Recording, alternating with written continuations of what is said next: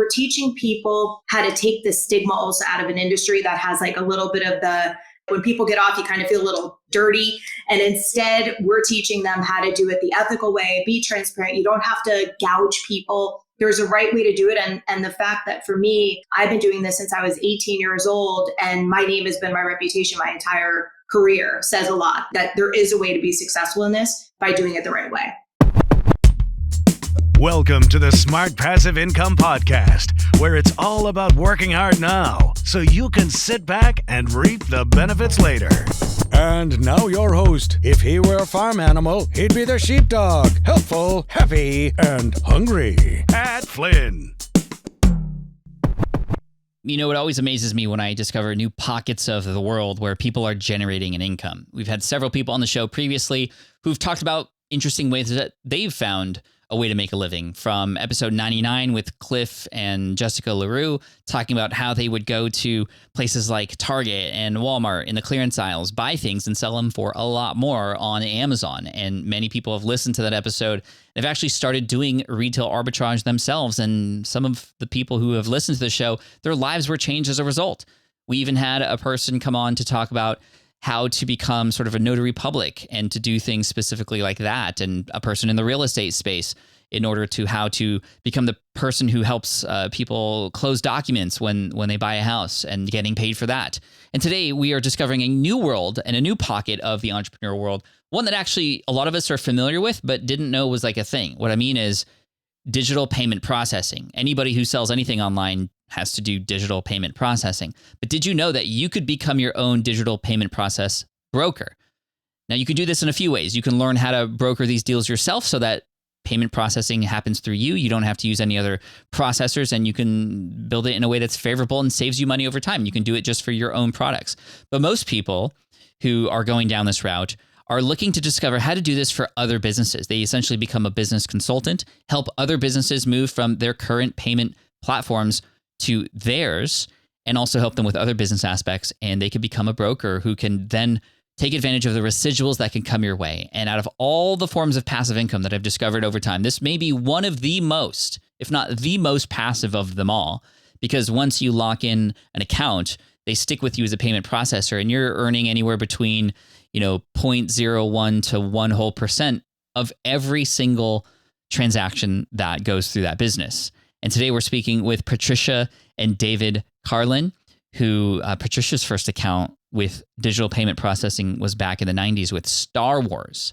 And now she and her husband, David, teach people how to build their own digital brokerage system. And it's pretty amazing. I mean, they do talk about a course that they have, so there is a little bit of pitching in here, but it is well worth it because many of you might go down this route and find interest in it. I'm not an affiliate for their program, but I'm really excited to introduce this world to you. And as you'll see, the residual's amazing. But there is some upfront work. It's not necessarily for everybody. But I wanted to bring them on to help you discover that, well, there's this part of the world that exists too. And this might be right up your alley as well. And it's definitely got me thinking, especially when I love business where everybody wins in the end, right? Like you could set up this payment processing brokerage thing of your own, a micro processor, if you will, and help other businesses save money. But you yourself are also getting residual incomes too. Pretty darn amazing. And we're going to speak with David and Patricia right now. Here they are. You can find them also at residualpayments.com. Patricia, David, welcome to Smart Passive Income. Thank you both for taking the time to be here today. Yeah, I like your shirt. Thank you. Yeah, we over me, man. It's a community thing. And I know you're a part of the entrepreneurial community as well. You're doing a lot to make many other people aware to this really cool sort of corner of a niche in the entrepreneurial space that you guys are in with relation to payment processing. I know that's kind of the world that you came from. David, maybe I could start with you. Give us a little quick origin story of where that all began, and we'll kind of take it from there. Probably about 10 years ago, I was literally in the shoes of the people that we now are helping, build their payments companies or whatever direction they go in, which we could touch about later, where I had my retail store, I had my e-com store, and I had my payment processing set up to accept payments. And I was always focused on my business, not on the payment processing, right? And I met her and I was like, what are you doing on your cell phone? I don't understand. Where's this money? It didn't make sense to me. I'm like, I have all these employees, all this overhead. I don't care if I have a big day on Monday, it resets. I have to restart again on Tuesday. And then learning about the business through my wife and then getting married to her and hearing every single conversation, I was like, I'm getting rid of my stores.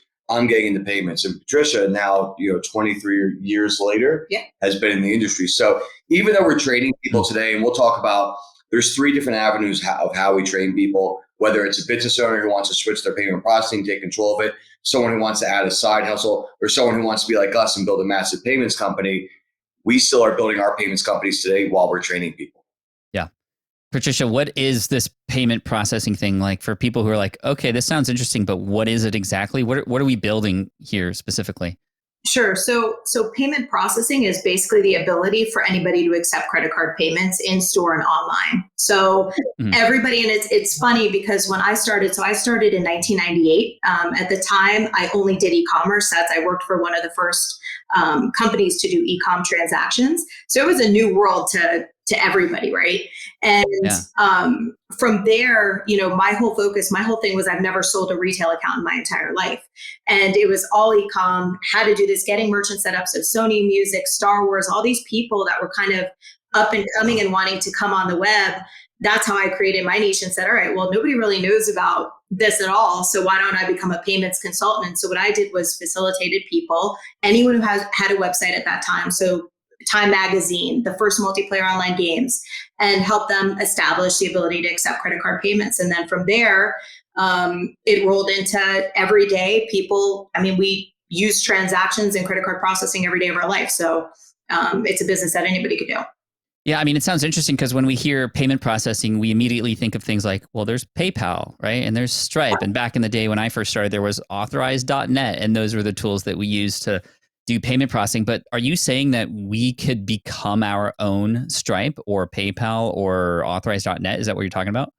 In a sense, you can. So before Stripe and PayPal, there's always been somebody in between, a broker that facilitated you getting, for example, to authorize.net, which was just a gateway, right?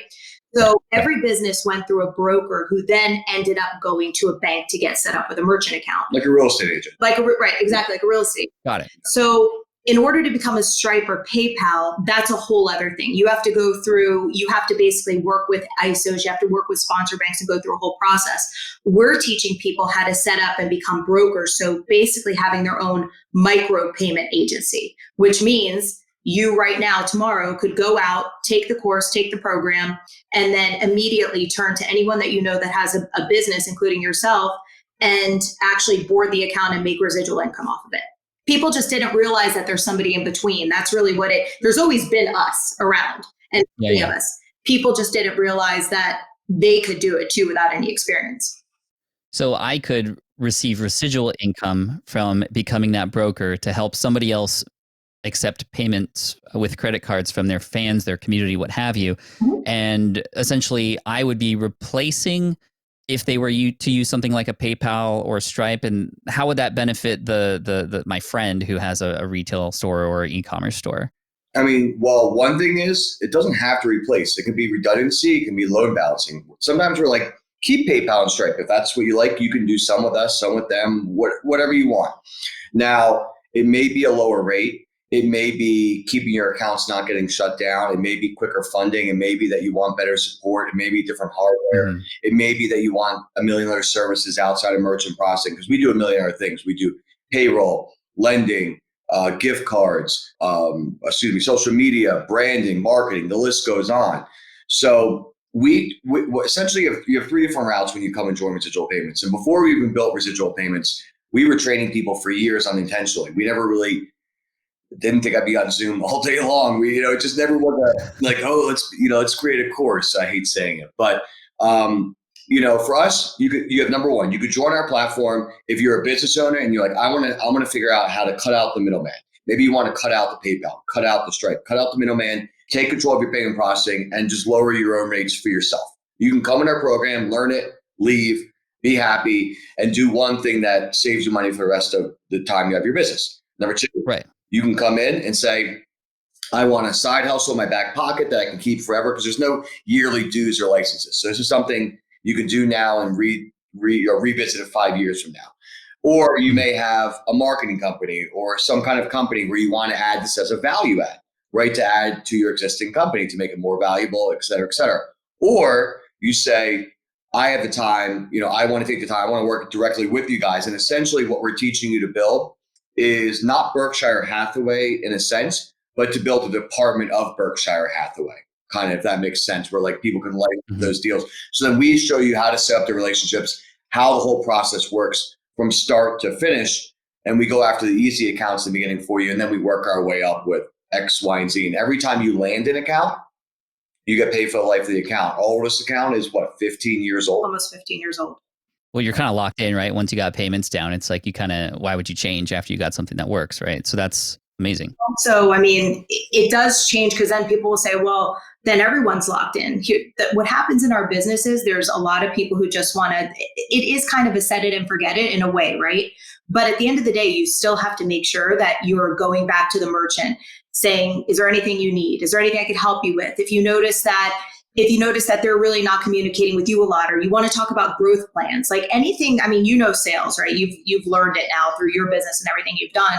You still have to have that touch point where you come in and try to do value add for them. And at the same time, keep the communication open. And yeah, I mean, I could say that it has been, for me at least, it's a rarity that I've ever lost a merchant, unless they've gotten acquired by somebody that already had a locked in process they had to use.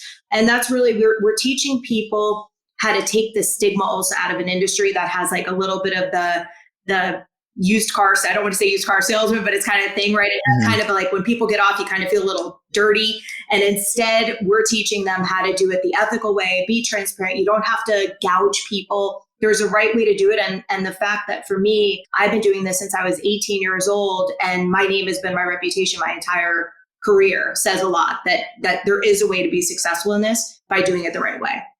Yeah, it's interesting. I had never even considered this as a potential opportunity to generate passive income. But actually, when you look at it, it is likely one of the most passive ways of generating an income. It's going to be a lot of hard work up front. And I do want to talk a little bit about what's required and who this is for, who this isn't for, that kind of thing. But, once on the show before, we had a person talk about the success that they had with an online course that they had teaching people. They taught people how to become essentially like notary publics, essentially.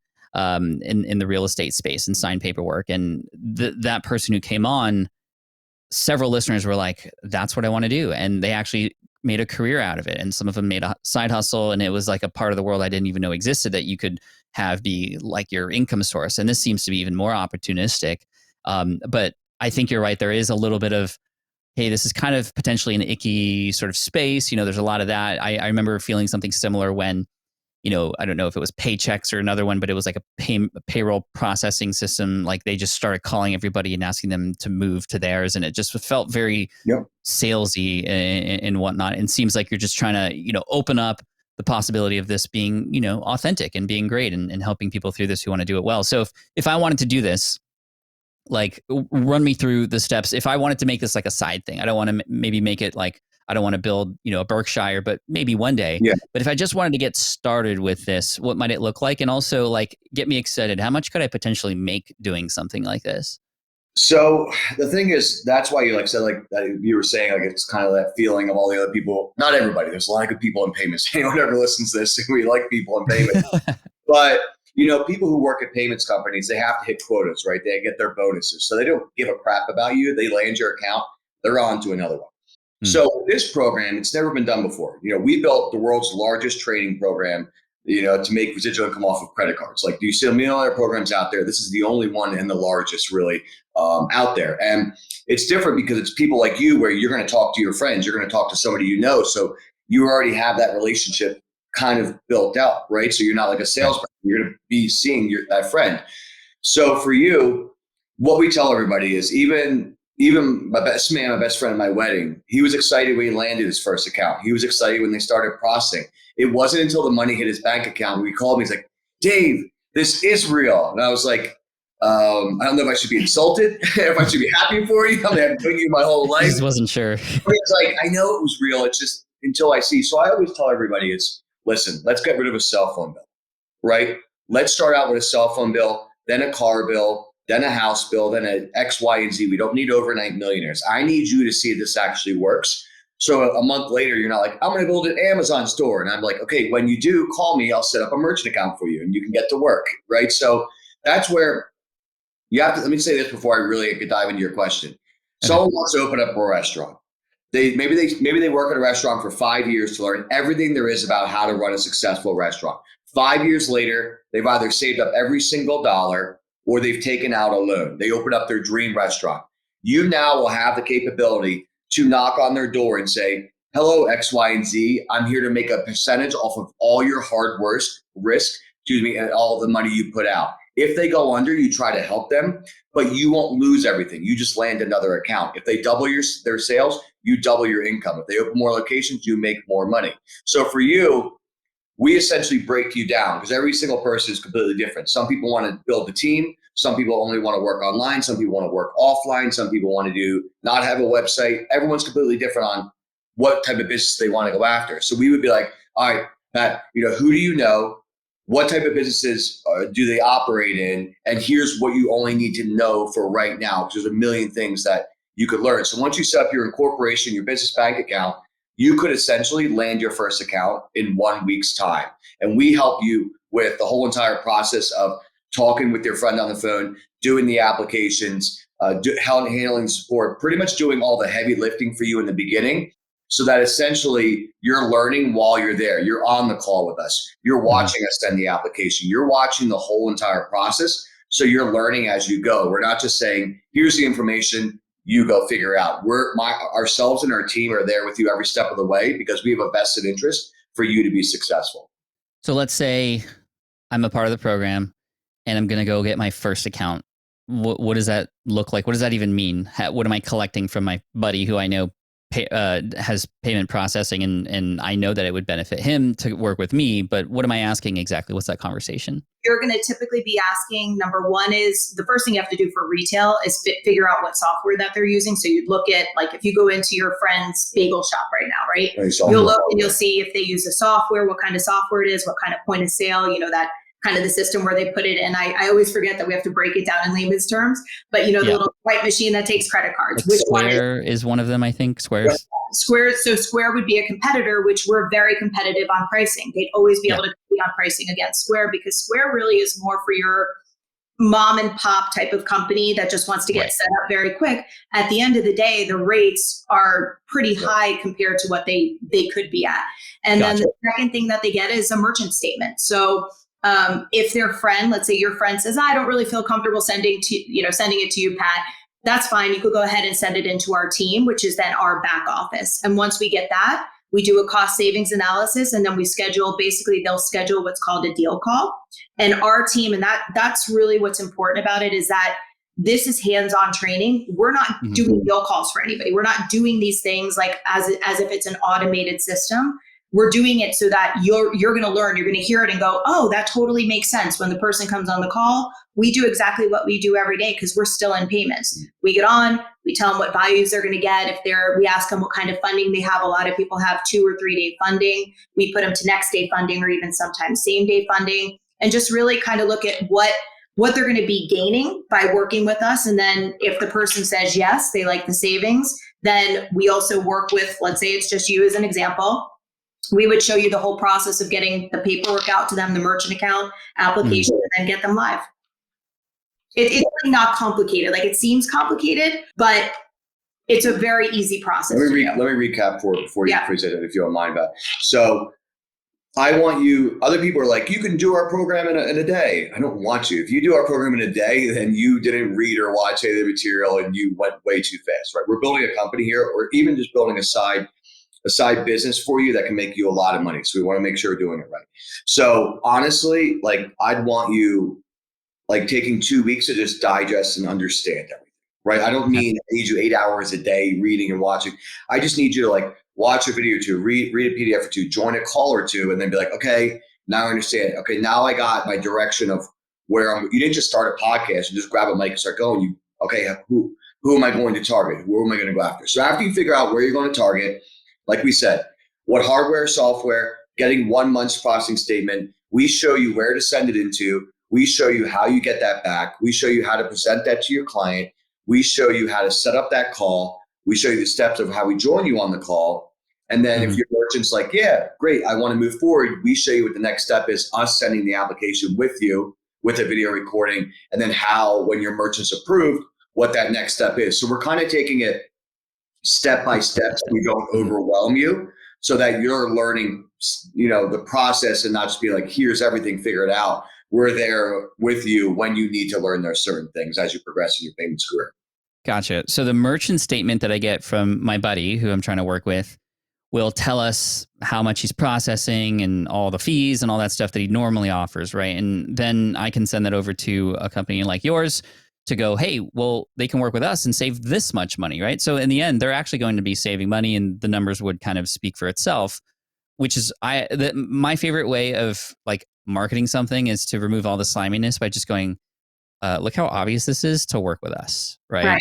That's it. I mean, it's as simple as this. And no, they're amazing. Russell Brunson and ClickFunnels team, right? They built an absolute empire. But if you were to tell your buddy, hey, you should use ClickFunnels, not use your website, let me teach you about it, right? First, you have to teach them how to build a funnel. Then they have to take money, put the marketing behind it, and then they have to actually wait for the sales to come in, right? It's a whole entire process you have to keep doing. If you were to tell your friend, hey, listen, I don't know if you want to switch or if you don't, this can literally take you 1 hour, right, of your time to get me a statement and jump on a call. That 1 hour of your time with no money, with no upfront money, in 1 hour could potentially put money back in your business every single month for the next 10 years after we do something for 1 hour. Right. Yeah. That's where it's like, what else could you ever offer somebody? Exactly. I mean, there's really no sale required once they see all that right in front of them. What changes for them? They now are using the payment processing program that I have now. What changes for my friend and his bakery or what have you? Are they using a different software now? Like, what's different for them? It all depends. We might integrate. They might keep everything they have. So that's, again, when we show you and we guide you through that. So eventually, the names, like you'll know the specific names not to go after. You'll know if your friend has Square, hey, ask them what they like about Square so we can gather information to present a different product. You ask your friend, hey, you're using Square. I can't integrate. Would you be open to switching if I could save you money? No, I'll never leave Square. Glad I asked. Now I know this is not a deal. I don't want to waste my time. So eventually that's where you learn what to go after and what not to go after. But like for your friends' websites or what have you, it's essentially like switching from one Wi-Fi network to another one. On the front facing, like a POS, like Patricia was talking about, or a website, you don't notice that you switched. It's all done in the back end. Gotcha. Now to my other question, let's say I do this for a couple of my friends per month, for example. Just I only have a couple extra hours over the weekends, and that's when we meet up. And then I might, change a couple of their merchant accounts to my own. What does that do for me? Like, what are the numbers as far as like what residuals come back into my pocket from the sales that they're making now? Because money's got to come from somewhere, right? And before, when they were making these payments through these other processors, money was going to that processor, right? Like the fee, the credit card fee that goes on top of the payment, right? That's the money we're talking about. Now, are you saying that percentage extra that usually comes with a transaction anyway will now come into my pocket? Correct. So basically it's a little bit, there's a few more players in it than that, but what happens is the majority, it's called independent sales organizations. That's what an ISO is. That an ISO is an ISO is a Square, right? So Square is an ISO. PayPal is an ISO. There are many, many, many other ISOs that are out there who basically have sponsorships with Visa and MasterCard, right? So a bank, a community bank, for example, you're not going to be able to walk in there and get a merchant account most of the time. It's because they contract out with other ISOs. The majority of ISOs build their entire businesses and their portfolios from brokers, just so you know that. A lot of ISOs will have a small inside sales team and maybe a few corporate executives in there that do more of like the big complicated RFPs and stuff. But the majority of ISOs depend on agents and brokers to bring them the deals. So the way that the cash flow works is that the ISO gets paid their money. So let's say broker A, we broker it, right? We have a main master agreement with 20 of them because of the 20 years in payments, right? So we decide where that's going to go. So let's say it's a CBD merchant. Well, a CBD merchant is going to go with a specific ISO. When that merchant processes a transaction, the ISO pays out the residuals, which could be anywhere between 25 basis points to 2% of the extra basically you get paid out. And then Yeah, we'll tell them there's 100 Yeah. basis points. You can make 0.1 to 1%. It just depends on how we price them and how long you want. It Right. just What depends on type the of business. account it is, what type of business Sure. model. If it's a higher risk account, like a mid-risk account, let's say a direct selling company, or like I said, CBD or something like that, those type of accounts or coaching programs, those type of accounts are priced higher than obviously a mom and pop shop in a restaurant. And then you get paid on a monthly basis. The person who brought the deal gets paid a portion of that business. So it's all over the board. You could get paid $50 on an account every single month though. So think about, it's forever as long as they stay with you and you're servicing them. $50 adds up. You could get paid $20,000 a month on an account, right? So I have accounts where, like Dave was talking about, for the last 14, 15 years, at one point it was $60,000 a month because it was a very, very high volume MLM account.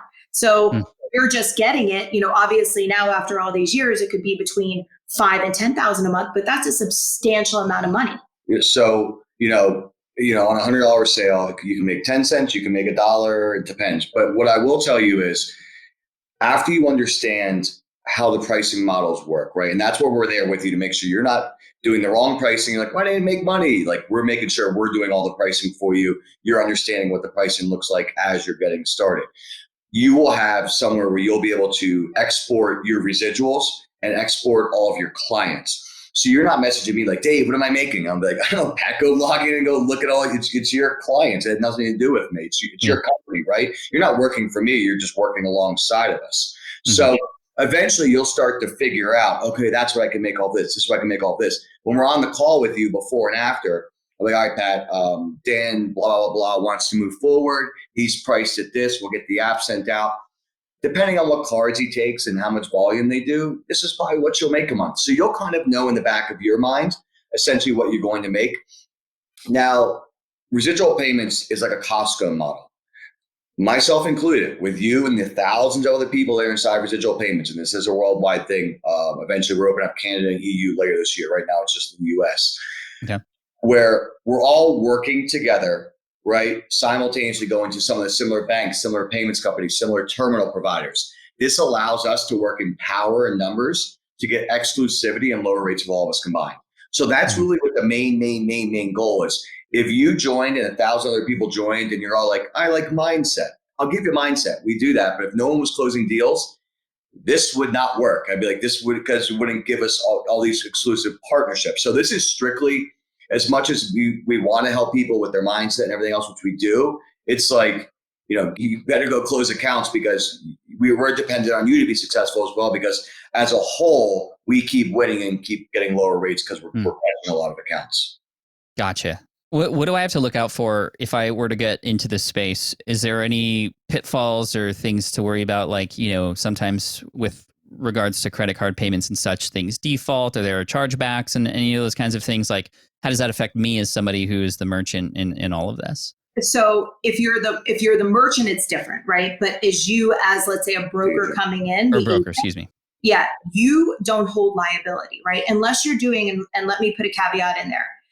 The reason we're really here is I've been fortunate enough that I've worked in every facet of the industry, right? So on the risk side, building ISOs, scaling ISOs, every part of it. So I know, and our teams know what to look out for. So sometimes there's inexperienced agents and there's predators, just like in any other business, that prey on inexperience. So there is a lot of fraud in the industry on the other side. So all of a sudden, and I'll just use this one recently, last week that just happened. One of the brokers got an application for a chiropractor, right? Okay. The chiropractor comes in. It's a chiropractor, low risk. That should be approved. He's a doctor, right? No problem. When we looked at the paperwork, and a lot of times we'll do frontline underwriting just because of obviously my skill set that's been in the payments. We'll look at it. And I noticed something that was odd about it. It was the person's name, the LLC, and then another agent who wasn't part of our fleet in a different state got the same application, right? With the same information for the chiropractor. Another chiropractor comes in 3 days later. What are the odds? 2 chiropractors right at the same time. 9 people on different states. Yeah. And I looked at their driver's licenses. Both were 5'8", both born in 1963, 2 different states, 2 different chiropractors, same LLC format. I'm like, this is weird. An inexperienced agent would go ahead and submit that package to whichever process or ISO that they're working with and not think 2 things about it, right? that broker, let's say, would not hold liability for it if the ISO ended up putting them live. However, it hurts your credibility with the ISOs of being inexperienced. So I would say that a lot of the stuff that you have to look out for has already been, we've already gone through those. We already know what's there. So we're like the blocker. We're blocking from you having to learn the hard mistakes. It's kind of like essentially like, let's just use the podcast example, right? Right before we jumped on, it's like, Pat, like, what camera are you using? I'm like, it looks like crap. I'm like, what do you know? When you're like, well, I'll tell you afterwards. Essentially what we're doing for you is, imagine if I came to you, I'm like, listen, hey, I want to hire you for the next, let's say 6 months to show me what should I get in the beginning so I don't buy the wrong things and waste time or money, and then show me how do I build out the infrastructure? How do I go and find the audience? How do I engage with that audience? And how do I keep rinsing and repeating? I need you there every step of the way. That's essentially what we're doing for you, because we've already banged our heads against a million different walls where you don't have to anymore. Right. Dave more so than me. Yes. Yeah. That is true. What else do I have to look out for? I mean, this it sounds like an amazing opportunity for a certain kind of person. Like, do you have to be a really good salesman or saleswoman to be able to do this? How would you recommend the audience like understand that this is really right for them? You just have to be. You have to be the type of person that's just, the people who fail. That's probably we always hear talk about success, right? But the people who fail, who come in, are like, I'm going after Walmart. I'm like, ooh, well, good luck, because that's not going to happen, right? Or they're like, or I'm like, hey, don't go after gas pumps because they're usually controlled by First State or the gas companies. We can't go after them. Don't go after businesses where they're not business owner run. We built our entire businesses, not the whole thing, but relationships and partnerships. We have so many partnerships with CPAs, web developers, marketing companies that refer deals over to us, where we split our commission with them for them referring it. So we believe more in building relationships rather than cold calling, buying leads. We show you all the steps of how to organically create that sales process. So if you're not a person that's going to buck what we tell you to do, if you're not the type of person where it's like, you think you have your own process, you're going to do something that's exact opposite of what we teach you, you're going to have a hard time. But I don't care if you're richer, poorer, smarter, whatever it is. If you come to our program and you listen to what we want you to do, we're teaching what we do every single day, what works. And what's great about our program is you are hearing from us, of course, but you're going to be around thousands of other people who are building their payments companies. And we have weekly calls where everyone joins, which is actually a really beautiful thing, in ourselves included. We all join each other on calls and talk about what's working and what's not working. All these people competing against each other, helping each other, which is kind of one of the coolest things, because it's great to hear from us, but to hear from somebody who was in your shoes a week ago, 3 months ago, 6 months ago, and they're like, hey, I did this worked, this didn't work. That's what really helps you, kind of elevate your sales process. So essentially, imagine joining 1,000 other podcasters and everyone's just talking about what's working and what's not working openly. Yeah. And I think that something to add, just because I think that for me, when we started the course, he'll know when we started the program, I was like, well, I don't know. Is it because when you're ingrained in it for so many years, right? It's like your background with architecture, you imagine teaching somebody about architecture now, which you do, right? So you teach the pitfalls of it. And at first I'm like, I don't know, is everyone going to be able to grasp it? And I could tell you that it's been a learning experience for me as well, because people who I never would have thought in a million years would be able to get accounts, my whole perspective has changed on it, because it's actually better that we've built these people from the ground up, teaching them the right things. They have access to businesses that if I walk into a business, and I'll just use the example of the truck driver, right?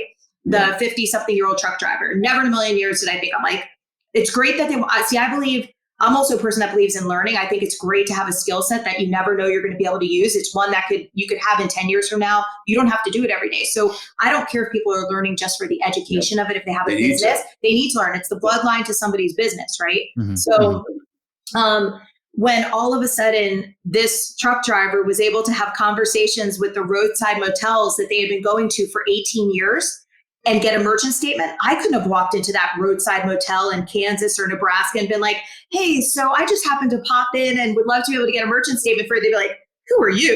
Instead they trusted this person who's been coming there on their truck stop for 18 years. So who could really do it? I think payments, and this is coming from me, and because I've seen it now, There is not a person. We have every age and we person. have and every background. type of person. There's not a person that can't do it, because this is not, I believe there is a certain age and a certain roadblock to somebody saying, hey, do you want to get into crypto training? You know, Right. A person who's never really spent time online is not going to really know and know how to be successful.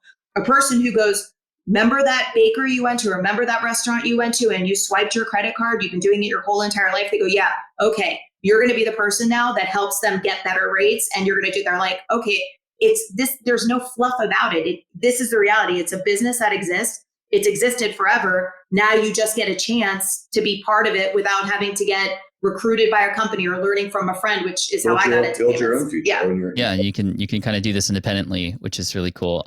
Yeah. Can you give me an honest look at, in terms of upkeep? So you have maybe a few accounts. Mm-hmm. How much upkeep is required? You know, there's no such thing as 100% passive income, but tell me a little bit about what is required to maintain those accounts and maintain your sanity while doing all this. I mean, some of our accounts we haven't probably talked to in years, but that's because they if they need us, they know where to find us, right? Now, the partners that you will have, you and everybody else who's listening, the payment partners will provide pretty much 99% of the support for your merchants. So as long as, which we show you, make sure they get these contact numbers, make sure they get these contact emails. That's where they go if they need anything.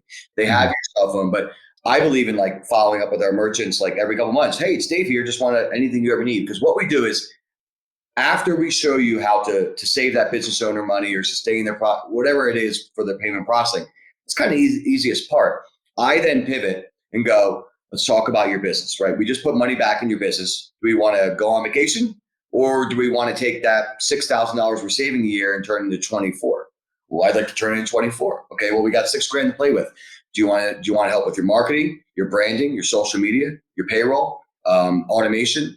Let's talk. Let's brainstorm. So we teach people how to come in as business consultants, so they're not a one-trick pony selling one ancillary service. So when you make yourself invaluable, that's when your merchants stay with you forever. So that's where it's kind of like a million different offerings that we offer. Yeah. I like that idea of not just thinking about this as, hey, I'm somebody who's going to come in and sell payment processing to these people, but rather I'm going to come in and help these businesses save money and help them market better and help them ultimately have a better time running their business, almost like a consultant of sorts, whereby the lowest hanging fruit would be the payment processing sort of change. The spoke in the wheel. Yeah. That's what it is. Really, if you think about it, the payments piece is truly just the spoke in the wheel that helps it go. But at the end of the day, it's all the other services. And I'll just use Eric as an example. So somebody that we talk payments to now is part of the, he actually is part of. We insource a lot of people, actually. Yeah, we insource a lot of people. Eric went from his first gun store in North Carolina, right? It was a local gun store. He ended up getting him a merchant account. Eric then said, all right, the guy said, well, would you like to work the gun show with me? Eric used to say, he's like, I don't want to go work a gun show. I'm going to, he has a bunch of kids, and he's having 4 kids. Now he has 3 kids. And I can't go work gun shows. Eric went to go help the guy with the gun show, running just transactions for him, helping him. The number of accounts he has now and in the entire network. And the funny thing is, those people just don't own gun stores. All of a sudden it's like, oh, hey, Eric, by the way, we also need processing for our 2 restaurants. Hey, Eric, we need processing for this. So it's about building the relationship. And then he just went back in there and said, hey guys, what do you think about, do you need some help with and I'll use you as an example, right? A podcast, right? A lot of these businesses are realizing they need to get their voice out there. And you don't have to be Pat and Dave or Pat to have a podcast. What if you have a gun show and you're going in there and doing a podcast on the event, on this, on all this stuff? So having these value adds, it's not about just going out and trying to sell things to people. I want to make myself, and I've always done that, and this is the best advice I always give people in any business, I want to become your left arm that you need me. Without that arm, you're going to be able to work, but you're going to have a harder time doing it unless I'm there. Yeah, and we have a very vested interest for you to be successful. I always tell people, they're like, well, why are you being so nice, Dave? Like, why are you going to connect me with all these people? It's not Christmas. I'm like, if I can double your sales, can I make more money? They're like, yeah. I'm like, well, I want to make sure that you love me. And the more you do, the more I make. So I very vested to make sure you're successful. And the interesting thing about this, let's think about this. Let's think about conferences, speaking engagements, or podcasts, right? You do a podcast. Let's just use podcasts. You do a podcast and maybe you go on here and you're like, and Magic Bar soaps, go get them. And here's my affiliate link, right? And some people could call that passive because it's linked to, to that episode, but you kind of have to be reliant on those one-time payments and people going back to that episode and then buying the product. It's a whole thing. Imagine speaking on stage or speaking on a podcast and, maybe there's business owners listening and then you have some kind of plug where you're like, hey, if you need payment processing, go to my partners here who've partnered with our podcast, blah, blah, blah. And one podcast episode could pay you for the next 10 years, every single month. Like that's what it is. Kind of unheard of. I don't know what else really, and you can feel good at night. You're not like come to my downline, or whatever it is. Yeah. Cause that's really awesome. It's not an MLM. It's not anything, right? It is literally similar to being any kind of brokerage. You're facilitating connections. If you're going to be an entrepreneur, you own a business, you need to take this course just so you need to know how you can switch over your own business. So if you're like, oh, in 2 years, I'll plan on opening my own business, well, prepare now. And then while you're preparing, if you join and if you're like, ooh, I want more, okay, we got different avenues for you. But if you're like, hey, this is enough for me, I'm here to switch my account, or I just got enough that I need right now, I'll see you in a year, do that then. That's where it's kind of great, where we're no pressure about like, come over here for the thought leadership or whatever any of those words are. That's not, this is all about closing deals and building companies. Yep. Well, David and Patricia, where can people go to check out the course and what you have to offer in case they're now curious and want to learn more and see if this is perhaps the right fit for them? Was it because of the timer in the back? No, it's good. No. It actually worked out perfectly, though. Vibe board is amazing. Vibe, please sponsor us. You can go to residual payments anywhere. Look up residual payments. Residualpayments.com. Yeah, residualpayments.com, Facebook group, Instagram. We're on TikTok recently. Meet the don't dance, so don't look for that. Meet the Carlins on there. Instagram, Meet the Carlins. David and Patricia Carlin. CarlinGlobal.com is another one too. If you want to check it out. That much, but just we'll pop all the links in the show notes and stuff for you. But I like your starters in the background, by the way. Oh, thank you. I appreciate that. Thank you both for coming on and introducing us to this different part of the entrepreneurial world that has definitely some opportunities that may be of use to those who are listening. So thank you both. Good luck, and hope to send some people your way. Thank you. It was great chatting with you. See you. All right, I hope you enjoyed that conversation with David and Patricia from residualpayments.com. You can check out everything they have to offer there. You can also check out the show notes and links to all their things at smartpassiveincome.com/session569. Again, smartpassiveincome.com/session569. I always get excited when I'm introduced to different parts of the world like this, where it's like, wow, there are people who are building their own thing in a space that I didn't even know was a space you could build your own thing. And it's just pretty amazing. So hopefully I was able to ask a lot of the questions that perhaps you had along the way. And again, you can check out their course and other things at residualpayments.com. Thank you again to Patricia and David, and good luck to you. And thank you for helping in the way that you know how to help, right? Again, there's another part of the entrepreneurial space that I didn't know exists. And we always have episodes like this. In fact, if you haven't subscribed to the show yet, make sure you hit that subscribe button on your podcast player right now so that you can get these episodes coming your way. I also have a Friday episode coming up very soon for you to talk a little bit more about this and some other teachings along the way. We have some amazing guests coming here as we are approaching summer in 2022, which is pretty amazing. So whether you're listening to this the moment it comes out or in the future, thank you so much for your support. I appreciate you. And I look forward to reading your reviews as well and servicing you in the next episodes, which are coming out very soon. So make sure you hit subscribe, and I'll see you in the next ones. Cheers. Peace out. And as always, Team Flynn for the win. Cheers. Thanks for listening to the Smart Passive Income Podcast at smartpassiveincome.com. I'm your host, Pat Flynn. Our senior producer is Sarah Jane Hess. Our series producer is David Grabowski. And our executive producer is Matt Gartland. Sound and video editing by Sean West Media. The Smart Passive Income Podcast is a production of SPI Media. We'll catch you in the next session.